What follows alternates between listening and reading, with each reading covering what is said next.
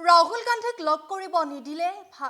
পুতিনক আৰু পুতিনক লগ কৰিব নিদিয়াৰ কাৰণ হৈছে ভাৰতৰ বদনাম গাব পাৰে ৰাহুল গান্ধীয়ে বিভিন্ন সময়ত বিদেশ ভ্ৰমণৰ সময়ত ৰাহুল গান্ধীয়ে ভাৰতৰ বদনাম গাইছে আৰু সেইবাবে এই সিদ্ধান্ত গ্ৰহণ কৰা বুলি মন্তব্য আগবঢ়াইছে নোমল মমিনে পুনৰবাৰ জনাইছো পুতিনক লগ কৰিব নিদিলে ৰাহুল গান্ধী আৰু ৰাহুল গান্ধীয়ে বিভিন্ন সময়ত বিদেশ ভ্ৰমণৰ সময়ত বদনাম গাইছে ভাৰতৰ আৰু ভাৰতক পুনৰ বদনাম কৰাৰ আশংকাতে এই সিদ্ধান্ত গ্ৰহণ কৰা হৈছে বুলি জানিব পৰা গৈছে ৰাহুল গান্ধীয়ে ভাৰতৰ গৰিমা ম্লান কৰিছে বুলি মন্তব্য আগবঢ়াইছে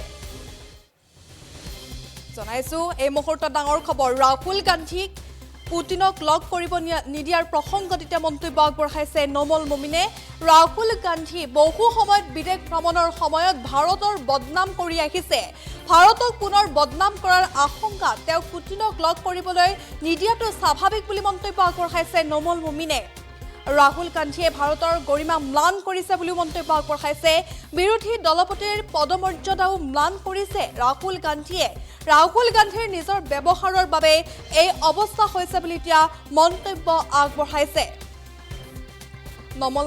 মমিনে এতিয়া মন্তব্য আগবঢ়াইছে ৰাহুল গান্ধী সন্দৰ্ভত ৰাহুল গান্ধীক কিয় পুতিনক লগ কৰিব নিদিলে সেই সন্দৰ্ভত এতিয়া মন্তব্য আগবঢ়োৱা দেখিবলৈ পোৱা গৈছে ৰাহুল গান্ধী বহু সময়ত বিদেশ ভ্ৰমণৰ সময়ত বদনাম কৰিছে ভাৰতৰ আৰু যাৰ বাবে এই সিদ্ধান্ত গ্ৰহণ কৰিছে আৰু ভাৰতক পুনৰ বদনাম কৰাৰ আশংকাত তেওঁক পুতিনক লগ কৰিবলৈ নিদিয়াটো স্বাভাৱিক বুলি মন্তব্য আগবঢ়াইছে নোমল মমিনে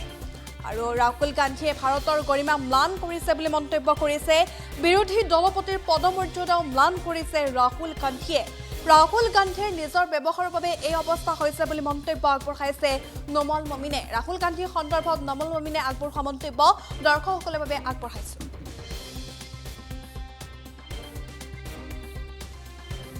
বাহিৰত যাওঁতে বিদেশত ভাৰতৰ বদনাম কৰি আহিছে আৰু ভাৰত বিৰোধী তেওঁৰ মন্তব্যবিলাক আগতেও দেখা পোৱা গৈছে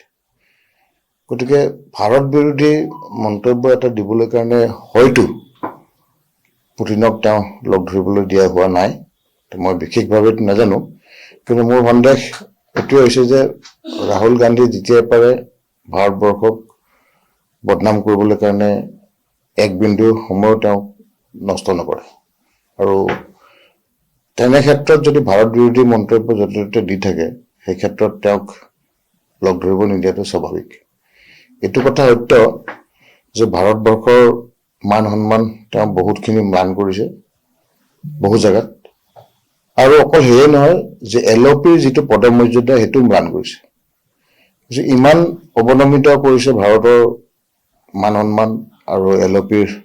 যিটো তেওঁ পদ সেইটো পদবীৰ গতিকে সেইটো ক্ষেত্ৰত ৰাহুল গান্ধীয়ে নিজকে এবাৰ ৰেট্ৰস্পেক্টিভলি চিন্তা কৰিব লাগে চিন্তা কৰি তেওঁ কি কথা ক'লে বিদেশত আৰু যাৰ কাৰণে ভাৰতবৰ্ষৰ সন্মান লাঘৱ হৈছে এই কথাখিনি এবাৰ নিজে ভঙিয়াই চাব লাগে আৰু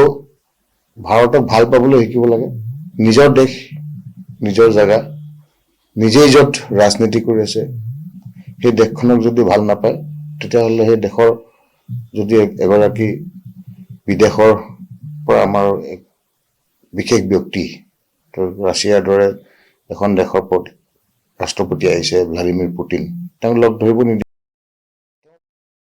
যিকোনো খবৰৰ বাবে যোগাযোগ কৰক 7099017330 লগতে 7099017110 নম্বৰত